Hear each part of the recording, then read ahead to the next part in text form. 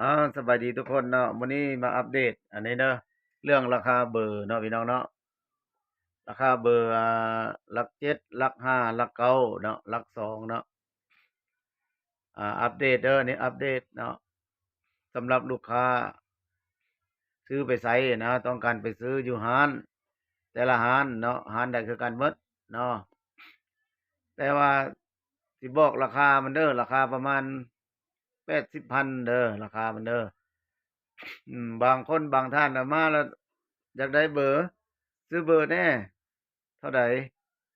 80,000ป๊าพิลึกแท้แพงแท้แต่กี้คือ10,000กีบอะนะเพิ่นเว้าแล้วตื่นบักใหญ่บัดนี้ตาจนโลจนคางออกอะนะตื่นแบบตกใจอะนะโอ้ยเดี๋ยวข้อยก็บ่ฮู้แนวเว้าเนาะมีแต่บอกว่าอ้าว เจ้าบ่ฮู้ติว่าเพิ่นขึ้นราคาเบอร์แต่ดนแล้วได้บ่นะ10,000กีบน่ะเจ้าคือขายแพงแท้ว่าซั่นเนาะย้อนว่าเพิ่นบ่ฮู้เด้โดนๆเพิ่นได้ซื้อเทื่อหนึ่งเนาะเพิ่นก็ตื่นก็บ่ว่ากันวันนี้เรามาบอกบัดนี้มาประชาสัมพันธ์แจ้งแบบบ่เป็นทางการเนาะแจ้งส่วนตัวสำหรับอาหารข้อยแล้วแม่นขายเบอร์นะหลักเก้าก็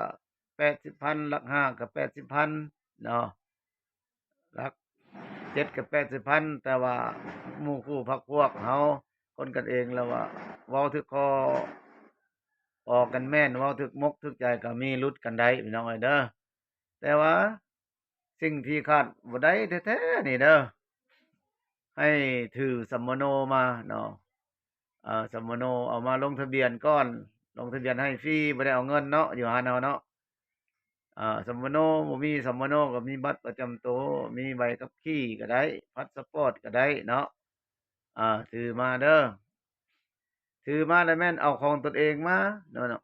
บ่แม่นเอาเดะเอาของยืมของคนอื่นมาก็บ่ได้พี่น้องเอ้ย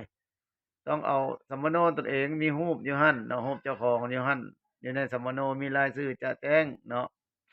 ให้ถือมาอยู่ร้านข้อยน่ะข้อยก็ลงทะเบียนให้ได้เด้อแต่ราคาอันเก่าคือ80,000กีบเนาะ แต่ว่ามีการต่อรองก็ลดให้อยู่เล็กๆน้อยๆนั่นแหละบ่ให้ท้วงบ่ให้ตื้นว่าแบบตื้นว่าโอ๊ยตะกี้10,000โอ้ตะกี้10,000น่ะนะผู้เอาให้ก็มันก็กินข้าวบ่แซ่บพี่น้องเอ้ยเนาะจะมาหาว่าตัวว่าต้มว่าโกงว่า10,000มาขาย80เนาะให้ฮู้ถ้าผู้ใดฮู้คลิปนี่ก็บอกต่อกันแหน่เด้อไปซื้อเบอร์มันบ่แม่นว่า คือตะกี้เนาะตะกี้เพิ่นขายเลขซื้อมื้อนี้ทิมมื้ออื่นซื้อมื้ออื่นทิมมื้อฮื้อเนาะอันนี้ต้องซื้อแล้วลงทะเบียนเขาแน่แล้วต้องจดไว้เนาะพี่น้องเนาะจดเบอร์ไว้ให้ละเอียดแล้วเวลามันเหี้ยเนาะเราต้องไปจูนเข้าศูนย์จูนมาใหม่มาใส่ใหม่เนาะเพิ่นให้แบบนั้นเบอร์เราเพราะว่าเวลาเราไปธนาคารเพิ่นจะเอาเบอร์เราไปยืนยันเฮ็ดบัญชี